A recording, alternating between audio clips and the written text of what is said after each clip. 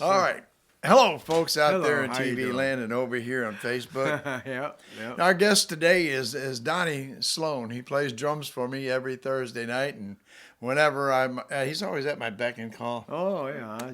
I like playing, man. I know you do. You did a hell of a job last night. I don't know. For I those had a who rough were, night. huh? I had a rough night on myself. Well, I noticed you had I've had that too, where your fingers go lock. Yep. Yeah, and then, yeah. Yeah, ever since I broke that thumb, I remember you did it 2 years ago. I did, yeah. Yeah, 2 years ago. And it's just now starting to get a little better, but it still hurts. Hey, folks, I'm going to let you know something. Donnie's been playing music now for what? Well, I guess I started in second grade. Oh, yeah? Yeah. Playing drums. Oh, yeah, with my dad, my dad's band. My brother played bass guitar. My dad played lead guitar. And we hired a country singer and we hired a steel player. So next thing you know, we had a band. And we played down in Festus every Saturday night. Each and every Saturday night in Festus, Missouri.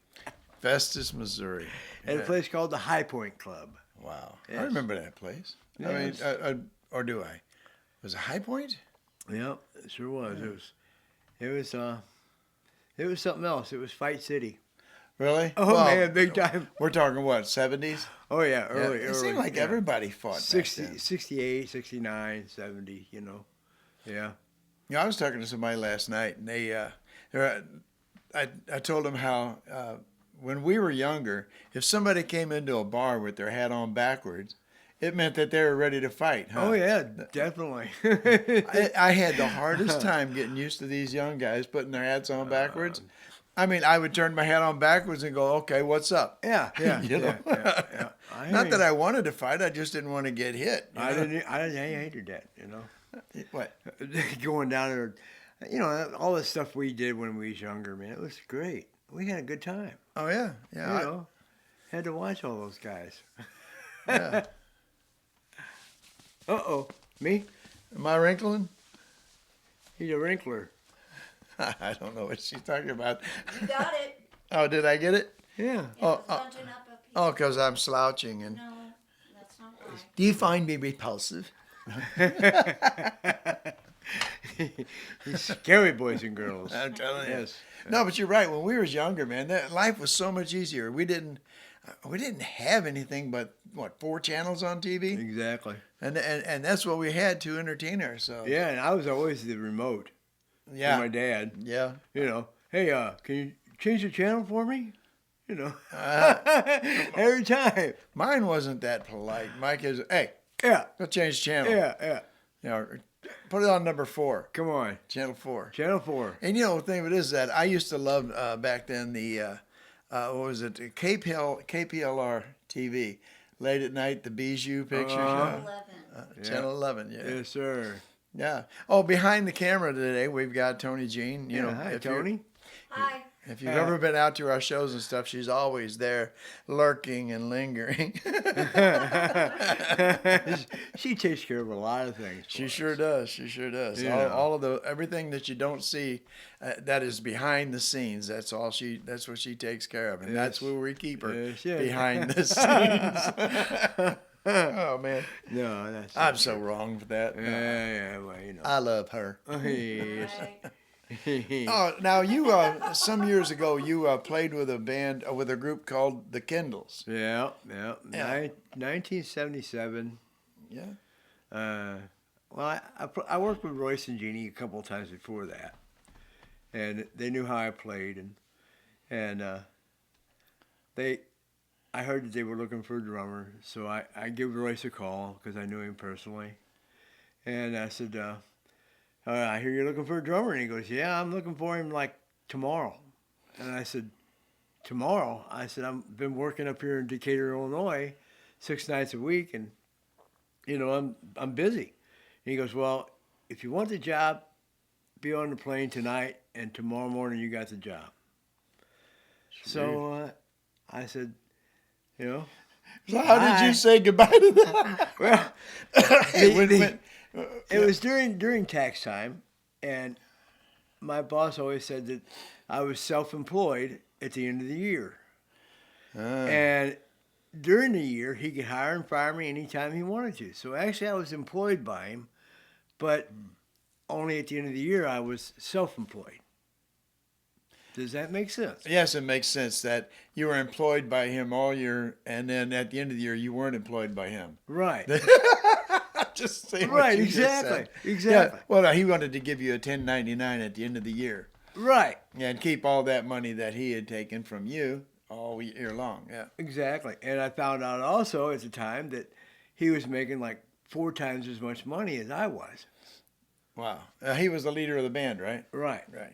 Now, see, I think that's okay once you've made it big, because that way you can pay your musicians a large amount of money and still make your bones. You know? Right. I understand that. I mean, right now, I pay you guys the same as I make. But hey, listen, and I appreciate that. It's like, there's never been any qualms with any kind of payment with us. Right. I mean, that's always great, You even got a little tip last night. Yes, I know that.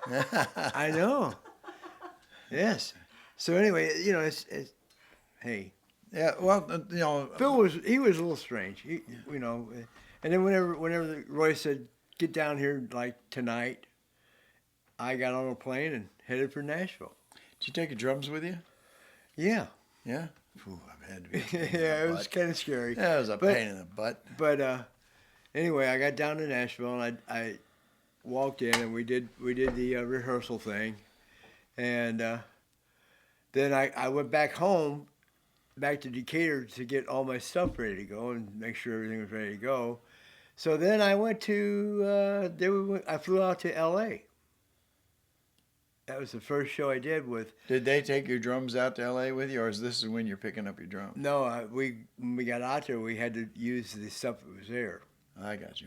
So, but it was with Hank Williams Jr., the very first show. Now, were you headlining, or was he headlining? He was headlining, Uh-huh. but we was on right before him, and it scared the shit out of me. Well, you'd never been on the big stage before, No, right? never, no. So, and it was like 30,000 people sitting out there, Oh, and my I was goodness. like, oh my goodness, Did you know any of them? No, no, I wish, I just need one friend in that audience. But I mean, it was kind of neat. When I flew into L.A., I got off the plane and I walked out, and they had this guy standing there with my name on this board saying Sloan, and it had a limo pick me up, man. I was like, wow, I hit it, man. This is the time, the big time. So then they flew us back to Nashville, and we got on the bus. And next thing I know, So what did you do out in L.A.? I mean, what'd they do? Well, we did like 3 shows. It was a big festival, and we did 3 days out there, and then that was it. We flew back home, and then from there we got on the bus, and I traveled so much I felt like that's all I did for. Now I wake up with nightmares, going, "Hey, I'm still traveling." You know what I'm saying? I'm still on the bus. I'm still there. That's funny. Yeah. Well, hey. Now, what do you think was the furthest you've ever traveled with them? Well, we did 38 days in a row, which, if you've been on a bus like that, a 40-foot bus, and you got an enemy on the bus, it becomes a rolling penitentiary. It really does. I mean, seriously. Because, I mean, you try to get along with the people, but at the same time, everybody's getting on everybody's nerves, and the only thing you're eating is truck stop food. Well, see, now I've known you for over 40 years, right? Oh, yeah. And you've never gotten on my nerves, so it must have been somebody else getting on your nerves. Well, it was, we had a bus driver that was, he was not the nicest guy in the world. And I'm not going to mention his name. He just really wasn't very nice. Right. He did not like me. He decided that I was his enemy, and That's the way it was. yeah. Well, And then he got mad at me because I just turned 25 years old, and I waited until 25, and they said, well, okay, now you can relief drive for us, because of insurance. So I got I got my license and got all that ready to go, and I was up there relief driving, next thing I know, he comes up and decides that I was his personal, Oh shit! You know. yeah, apprentice. well, Yeah. he decided that I needed to take care of everything for him. Oh shoot! You know, like all of his bags in the motel and stuff What is like that? The knight always had his squire. Yes. Oh my Right, goodness. yeah. So then I You didn't did. pray to him at night like he wanted you to, though. No. I know you didn't. No. I So he know ended guys up, like he ended that. up calling me a dirty name, and I didn't like it. And that night, whenever it came for me to relief, I didn't answer the phone. I did not do it. So that kind of upset Royce Kendall, and it kind of upset him a lot. And it kind of upset me a lot because I didn't appreciate it. Right. You know, Well, I you mean, can't be anybody's slave, you know. I mean, I wasn't, you know, I felt like I've been on that bus as long as anybody else, and I felt like I was just as important as anybody else. Well, yeah. You Well, know. you were. Because I was, you know, I mean, there's stuff. I mean, if you like to see some of the stuff we did, go to the Kendalls, and go to On YouTube. go to Gothenburg, Germany, and look up Pittsburgh Steelers. Pittsburgh Steelers. Yeah. Huh. And that's the band, and it's pretty good. Actually, the band was really good. Yeah. You Oh, know. I bet they were. I mean, it was really good. 'cause you've got the meter like a time clock. It Tick, was- it tick, was- tick. Awesome. Actually, the band was real good. Yeah. You know. Now, whenever you've had, people don't know what a second is. A second is like if you buy a guitar real cheap because it's got a blemish. Right. It's called a second. Right. All right, so I'm going to leave you with this next story. Okay. About the Seconds band. Right. And I knew these guys too, and they were funny. But go ahead, take it away from the Seconds band. Okay. Well, the seconds became second time around is what happened.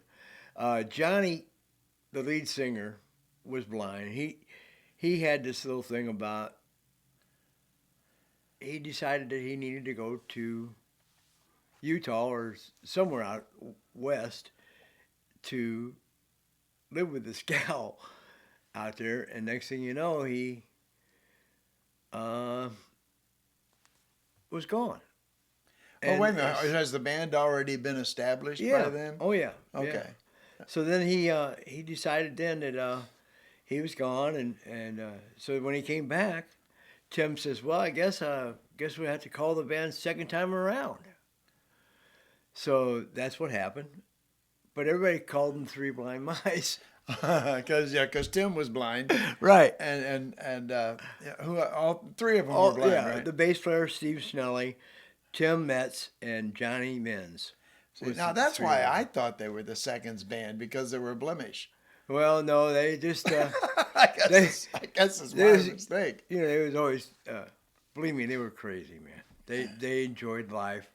They was not, you know, they didn't have any, they wasn't handicapped. You know, I mean, seriously. Right. I mean, you walk them into the club, and they knew exactly where to set up at. They knew exactly. Just take them there once, and then they were That able was to it. go. Oh, yeah. I understand that wholeheartedly. My aunt had polio when she was a kid. Oh, yeah. I didn't know she was handicapped until somebody asked me about it. Well, Well, he's seriously. talking about how they weren't handicapped, because if you showed them to the stage and where they were going to set up, then they would go by themselves back out to the van, pick Oh, yeah. that stuff Pick it up, and go carry it in. Yeah. Yeah. I get it. And put it on the stage, man. I mean, he, you know, when I first started with him, I thought, what am I doing? I'm going to work for Three Blind Guys. I gotta drive the bus. I gotta. Well, here you are back to driving the bus again for the Right. same reason you're not with the Kendalls. Right. I had to drive their bus. I had to carry in all the equipment. I had to take care of them. And I was like, oh my God, what am I getting into? So then I get over to their house, and they unload all my equipment, carry it downstairs, help me set up, You thought you were Yeah. helping them. you know. So next thing I know, whenever we go somewhere, man, they'd load the bus. You know. Of course, we did have some times where we had a wheel fall off the bus. Wheels, some wheels don't go round and round. No, we It's hard for them to change a tire too. oh man, I'm telling you. Well, see, we had this goofy fiddle player. Anybody seen that lug nut? We had this goofy fiddle player, right? His name was David Bisbee. Oh, I know, Dave. Yeah, Yeah. me and you and Blues play together too. Did you Right. say crazy? Did you say crazy? Crazy. Uh-huh. Okay, so He was nuts. he got told that day by Alan Cully, which is a friend of ours that Yes. just passed away. Yeah. Okay, he got told by Alan that do not drive the bus. It's got a spindle this bad. That wheel will come off. And David goes, okay, I got to go pick up the boys. So he comes over and he picks us up. Doesn't tell nobody about the bus being handicapped. So we go to... So now the bus is handicapped. You got 3 guys that are handicapped. Right. And you got a crazy fiddler on the behind the Right. wheel.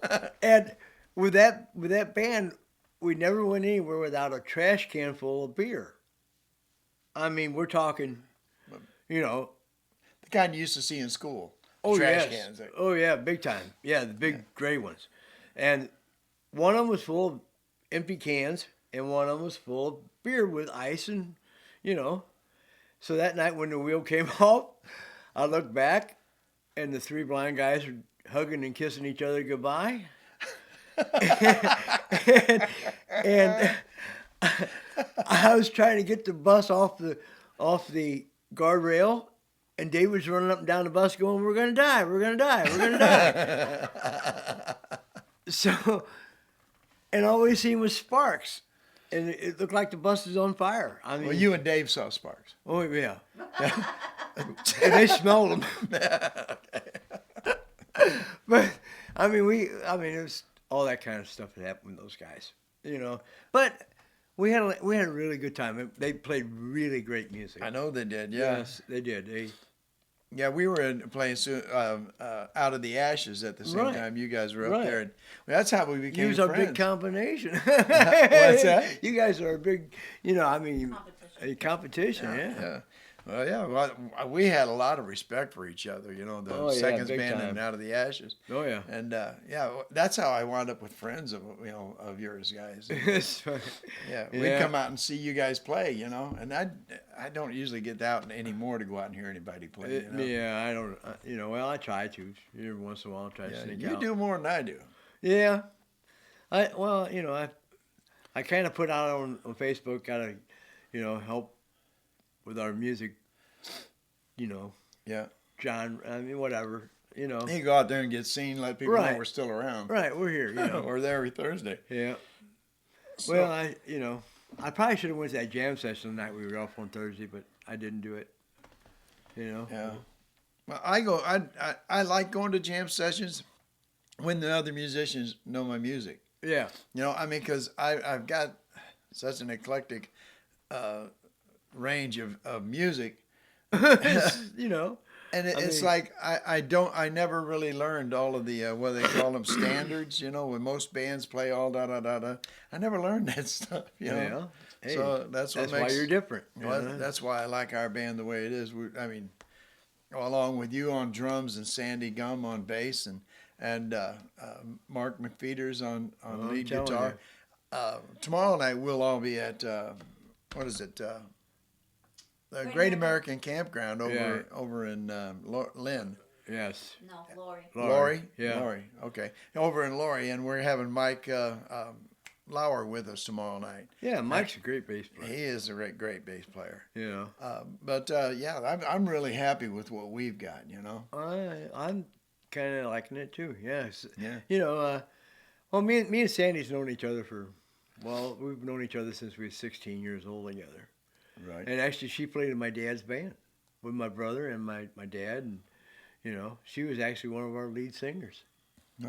Not only being just as, I mean, she's a You know. great vocalist, excellent bassist and really pretty on stage too. You know, I mean, yeah. some people talk about the cosmetics is all wrong. We need Ringo Starr on drums. We Right. need something with a little panache like his nose. you Right. know? Yeah. You know, she She adds got that smile. That's yeah, for she sure. is. It's contagious too. Yeah, you know. I'll be playing. I'll look over it, and she'll just look at me and smile. I'm like, you can't help but smile. She's Yeah. great people. Yeah. Hey, I'll tell you what. We're going to take a short break right here, as it is. Sounds good. I'm going to do some sponsoring. Some sponsor right now. We have sponsoring this segment of the show is in two parts. One is Travelin Kind and their album Travelin Light. Donnie plays with them also on Thursday nights and Tuesday nights too. No, just on Thursday night right now. And then one Wednesday a week. one Wednesday a month. One Wednesday a month. Coming up in January. I didn't know there were more than one Wednesdays in a week. They're I good. didn't either. Hey, look, if people can go ahead and say that what gender they are, I can say how many days there are in a week. That's right. Yeah. So anyway, we're going to take a short break, and this commercial break is brought to you by Will West Music and Sound in Jefferson City, Missouri on Missouri Blvd. So we shall be right back. Y'all stick around with my friend Donnie Sloan. Come see us. Yeah, at Off the Cliff. Off the clip. Welcome back. Yeah. And like I said, that commercial break was brought to you by Will West Music and Sound in Jefferson City, Missouri on Missouri Blvd. And Travelin Light is the album by Travelin Kind. Take a look. There's Mickey and Trish right there. So we're back with Donnie Sloan, my buddy, my partner. And he's a snappy dresser, too. Oh, yeah, I'll tell you, when I dressed right on up here. You had to go all out. Yeah. We were just talking on the break about, I had a story about Dave Bisbee. Dave Bisbee, who was talking about from the last segment, was a fiddle player, and he played in Cimarron, a band that I was in, and also played for Seconds Band. Now, back in those days, now you got to admit, we did like our alcohol and marijuana and sometimes Never. other musicians, not us. Not us. No. A little blow, a little coke. Yeah, you know? And now there's some people like Dave took it to a whole new level. He was out there a lot. Oh man. I remember what I remember is that we would start playing at 9 o'clock. This is back when everybody played from 9 to 1. 9 to 1. It didn't matter what night it was. Anyway, we would start out, and at the end of the second set, everybody's fine. Dave's starting to feel pretty good. Oh. And at the end of the third set, he's hanging on and going, I love you guys. I love you guys. And by the middle of the fourth set, he's crawling around on the floor looking for his fiddle. Yes. Help me, guys. I can't find my axe. The blind guys would take him, and we'd put him in the car. And At the end of a show? At the end of the show. Uh-huh. And Timmy would be sitting in the back seat with him, and David would put his fiddle up in the window of the car. Well, Timmy knew exactly where that fiddle was at every night. And he knew Dave would always buy a rose for his woman. Okay? So he'd have the rose in the fiddle case, and Timmy reach over there, open up the fiddle case, get out the rose, and bite the head of it off and eat it. And I then can see Tim doing that. Yeah, put the stem back, and then Dave get home later on and say, honey, I bought you a rose. Well, I thought I bought you a rose. Damn it, Timmy. Every time. Bite the head off of that rose. Yep. You know what I liked about Tim? I mean, and all of them, but I could walk up and say one word and he knew exactly who Oh, it yeah. was. Yeah, they knew exactly. It's like unbelievable. And then you had the people that would always walk up and go, don't tell them. Don't tell them I'm here. They already know you're here. They smell you. They did. Well, they were quite aware of their surroundings. Oh, big time. They just didn't know where walls were and chairs. But especially when they got drunk. One night, this friend of ours, they were having a wedding reception, and Timmy was up on the stage, and it was up about 3 feet off the floor, and she called him over to her. Come here, Tim, come here. but she didn't tell him at the end of the stage was right there. So he just went right off the edge, right on his face. Crap. And he got up calling her every name in the book. I mean, he got upset about that. Do you think she just overlooked the fact that he didn't know the end of the stage was there, or do you think she did it on purpose? And she might have did it on purpose. Who knows? You know. Some mean I'm people telling out you, there. man. You know. There's some mean people out there. Yeah. Oh, you got some more stories? Daryl Cook's on. Daryl. Well, Daryl, how are Hi, you Daryl. been, How you bud? doing, bud? Yeah, he used to be a cop over in Lake Ozark. I'm sorry. No. He's a really good dude, man. Daryl. Yeah, he almost shot at me twice. Oh my goodness. Yeah, Yeah. he meant to miss because I know he's a good shot. Just messing with you. Bro. Oh man. Anyway, I played on several shows down here. Played on Denny Hilton's Country Shindig Opry show. Right. I played for Chuck Watkins and the what the heck was the name of the show? Anyway, Chuck Watkins. I played for Chuck Watkins with them guys for almost a year and a half, I guess. And How long were you with the Main Street Opera? 4 seasons. 4 seasons Yeah. with the Main Street Opera. Yeah. Yeah. Four That's how we seasons. wound up meeting up again. Was Right, down here. exactly. We'd both Yep. get off of our shows about the same time. We'd meet at Walmart in Mark. Osage Beach. Yeah. Yeah. That's that was my You favorite kept wanting hangout. to talk to me in public, and I wouldn't have it. No, not now. There was people around me. Dale says, Yeah. long time no see. Hey, brother. And Merry Christmas to you and yours. Hey, Daryl, you need to come out with everybody else who's watching. Is there anybody else watching? There were some people on the last one. Oh, well, anyway, we play it every Thursday night at Off the Cliff downstairs in the bar down there that they call JD's Roadhouse. Yes. Yeah. And you come out and have dinner upstairs listening to Mickey and Trish, Travelin Kind, and along with Donnie, and then come downstairs and you can watch. What is the name of our band? Grayson Wood and the Rhythm. Grayson and the Rhythm Aces downstairs. That's right. That's right. Yeah. So, hey, good to hear from you again. I hope life's treating you good. I know it is. It's got to be. Yeah. God wouldn't have it any other way. No, it's people who make their lives go crappy, don't they? Yes. Mike Moran. Mike Moran. Now, Mike, don't be sitting here judging this because I was going to call you and have you come on the show. So we need to pick a date when you can come down and get on the show. All right? Yes. You know Mike Moran? No, No? I don't know Musician him. from No. St. He's a very good Charles. musician. I love the material he does too. He's really cool. got some great stuff. Yeah. And all you people up there in St. Louis, if you see where Mike's playing at, go out and check him out. He's very affable. Affable. Nice guy. So, Your daughter's here. Jessica's here. okay. All right. So, you moved down here to the lake. Right. In what year? It was 2015. 2015. Yeah, it's been Wow. almost 10 years. Wow, we got down here in what, 2006? 2005. 2005. Really? I was down here 10 years before you even got here? I thought you were here before me. No, well, I knew Jimmy Queen was. okay, I was here in, like I said, I was here in 73, 83, 93, and then I came back down here again Right. because, well, no, actually, during that time, 90, I was working with Seconds Band. They were going crazy, Yeah. I think it was like 95 you were still with the Seconds Band. Yes. Yeah. Yeah, definitely. Oh, yeah.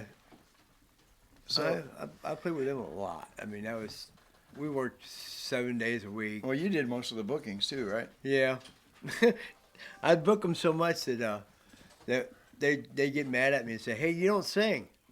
Hey, I get that. A lot of people don't understand, but Well, yeah, I know, because it's hard on your voices. It's sing hard. 7 nights a week. Right. Gone right. And and they sing a lot of strong stuff. I mean, Yeah. Well, see, I used to do that also, but then I tuned down a half a step Jim Moffitt said, "Try this." Yeah. And Mickey Sandora said, "Try this." So we gave it a shot, and man, I tell you what, it was a little uncomfortable at first. Yeah. A half step down. Yeah. But then it turned out to that I can't play any other way.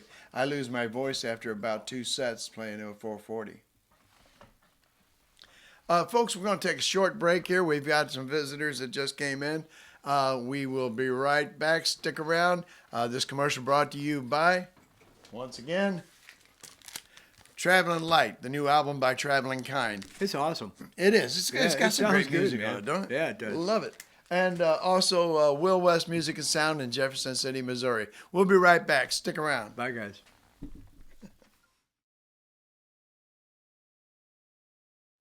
All right. All right. How you doing? We're back. Yes, we are. Yes. And that commercial break was brought to you by, you guessed it, Travelin Kind, That's a new right. album, Travelin Light. Travelin Light. You've heard this, right? Yes. It's a great Awesome. album. Yeah. Pretty too, ain't they? Oh, yes. Yeah. So also Will West Music and Sound. In fact, when we're going to finish the show today, we're going to outro with some Will West music. So, All right. The name of the show is the name of the show is Anyone's Guess. So, see, and the reason we named it that is because you never know what we're going to be talking about. You never know. No. And No. you never know if we're going to have live music, we're going to have piped-in music, Right. or other musicians. And what we'd like to do is for sure have musicians that have worked all their lives telling stories and stuff, because you notice it's only the ones that have made it that get any attention. Well, there's some musicians out there. I've played with some that have made it. And then I've played with great musicians, Yeah, That's it. yeah. People very don't true. understand that there are some really great musicians that have never seen the limelight. So that's what I'd like to do, is shine a light on great musicians like Donnie Sloan here. He's one of the best drummers. I would say probably the best. Well, one of the best. One of the best. Because I can't leave Taz out. No, I know that. Yeah, You came in and sat in last night. It two sounded totally good. different. Two different sounds. Yeah. Yeah. Yeah, it is. Good. Both good. Yeah. It is. It's two different styles, but like I said, I worked with Taz a little while, but I've worked with you now for what, 3-4 years, Yeah. something like that. Yeah, it's been 4 years now. Yeah. So whenever, like when Taz sets in and stuff, it's like catapulting me to a different style of me playing because of the drummer that I'm with. Right. And you bring that out in people or you allowed me to play. And that like right? I play. Well, good. Like I play. Yeah. Taz pushes me to play harder. Right. Well, he plays a lot louder than I do. Yeah, but he pushes me to play a lot harder, which may bring out a better show. I don't know, but I know that I enjoy sitting back and doing my thing like I had. And you allow me to do that. Well, we got Mark over there making all that excitement. That's what it is. Like last night, he was on fire, man. He was playing. I had to turn around and just go, damn. I'm son. telling you. Yeah, buddy. Yeah, he had. There was something he did last night that just he normally does, just skip. But last night he was like, pump that sucker into a different gear or something. Yeah, and he had all this little Christmas stuff going on too. Oh yeah. Throwing those in there, playing your the bongos up there. Yeah, we have a good time. So you were talking on the break that you played with the Kendalls at Grand Ole Opry. Oh yeah, we did the Grand Ole Opry several times. We did Hee Haw. We did Hee Haw Honeys. Now, what's Hee Haw Honeys? Hee Haw Honeys was like a satellite show off of Hee Haw. Okay, it's like I can't remember his name. Big old heavyset guy did all this stuff with Gordy, I guess is his name. Gordy. I can't remember his name, but anyway, he was like the head of the show, and all the girls was around, and that's why they call it Hee Haw Honeys. Oh, because it was the real pretty girls from the Hee Haw? Yeah. Okay. Yeah. Well, that was kind of like pandering, wasn't it? Oh, yeah, buddy. Yes. We need They your look, business. They look good. They look good too. Oh yeah. But when you went in to do Hee Haw, you know, you thought that you was going to see everybody on the show and stuff like that. But no. It was you by yourselves. You went in and did your portion. You walked out and got paid. We did 3 songs. But And that was for 3 different shows, or was it in the same show? No, it was for one show, and they paid you for 3 times because of reruns. Ah, Yeah. yeah, there you go. And you got paid automatically that day in check for your reruns and everything. Wow. Yeah. And then later on, Royce Kendall contacted me and said, hey, you got rerun checks here still yet? And I never did go get them. Well, what kind of money is a rerun check like? Well, okay, back then we did 3 songs, Mm-hmm. okay? And we made $375. A piece? Yeah. Yeah. For them, you know. 3 songs is not bad, man. $100 a song. It wasn't too bad. You know, especially back in 1977. It wasn't too Right. bad, you know. That was Yeah. good. Yeah, because I remember I was named Chet Rice. You remember him? Oh, yeah. Chet Rice once told me, he says, I told him I wanted to be get on stage and play like you guys do. I wanted to be a working musician. Right. And he looked at me and he goes, $300 and $400 a week ain't no money. Uh-uh. Now, I was making $114. He was trying to talk me out of it. All he did was sell me on the idea. Yeah. He's yeah, Chet was, I worked with him and Bob Rigo back when I was 13 years old. Oh, wow. Yeah. I took Fred Pierce's place one night. Oh, did Fred Pierce? Yeah. No kidding. Yeah. Well, that was probably, that's something to look back on and go, yeah. And you're, It's, No. what is it? What's wrong? Poor connection. So it's back. It's back. Okay. okay. So, that was $350 back in 1977. Right. That's not bad money. That wasn't bad money for 3 songs. And it it didn't take us very long. Who is it?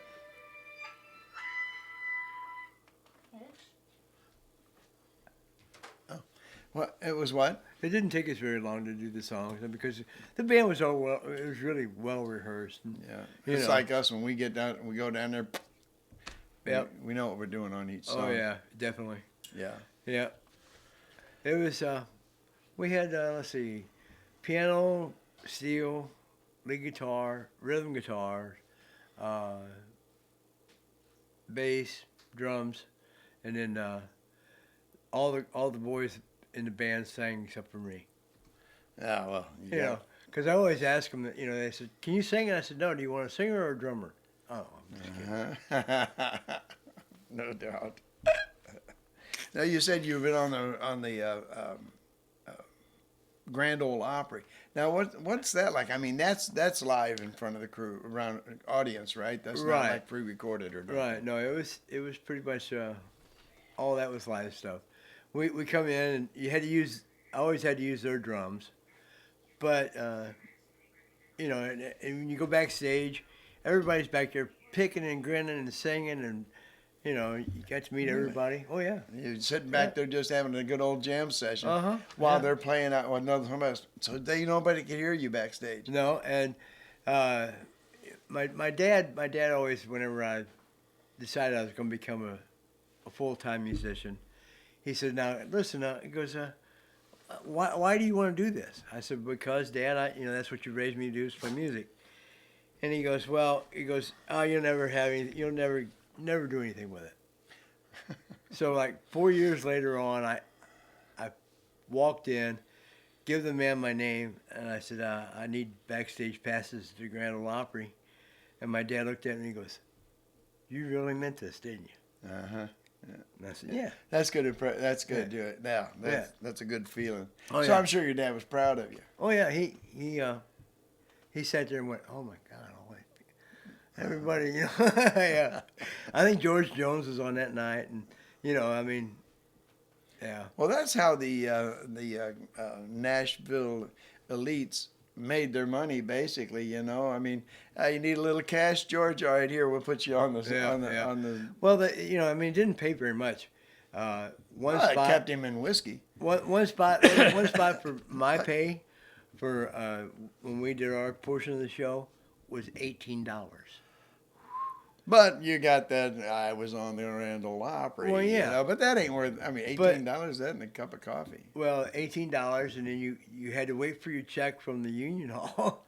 Oh, that's right. It's union down there. Oh yeah, the union hall they'd take their dues out of it because you couldn't get paid without them having to take their money. Sure. You know, And they got paid 25.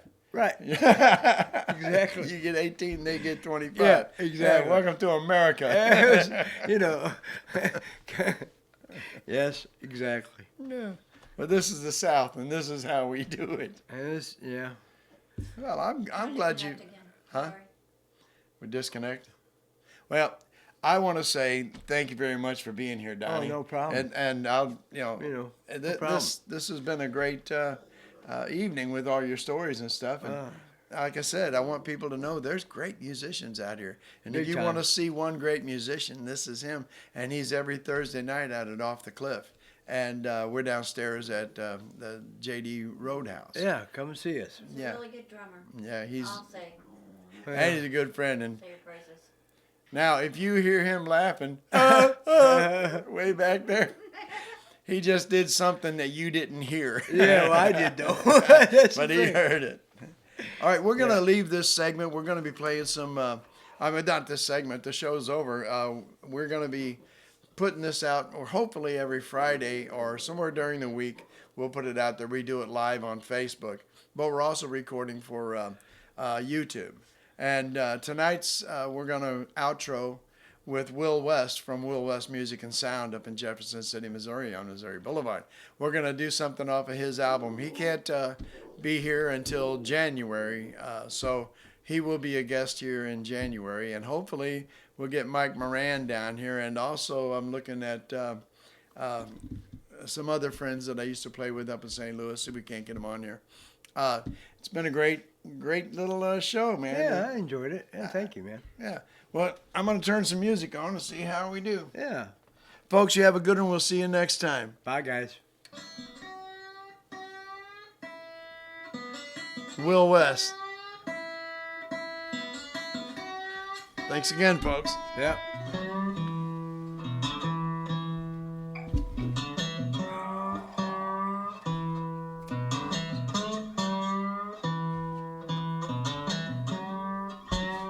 Until next time. See you.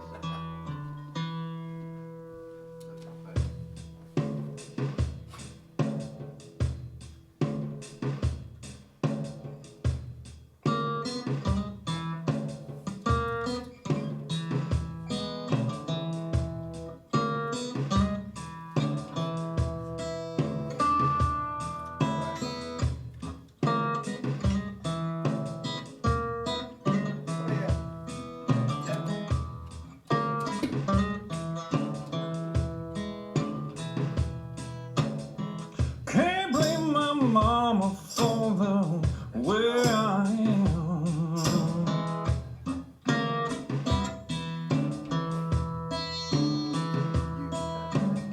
My daddy, Lord, is trying to make me a man.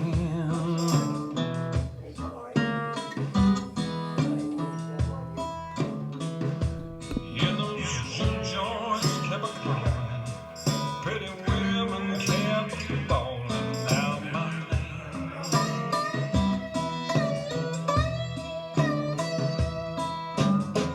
Can't fault the church for the pain in my soul.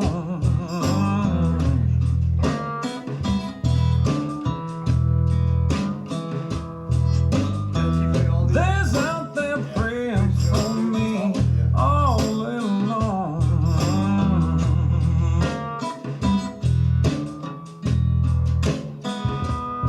And those Jew joints kept a calling.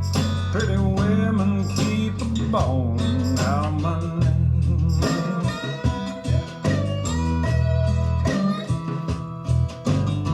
School taught me music.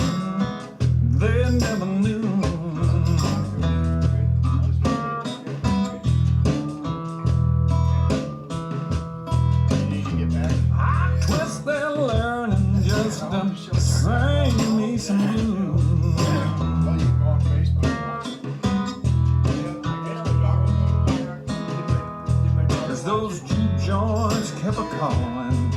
Pretty women kept bawling out my name.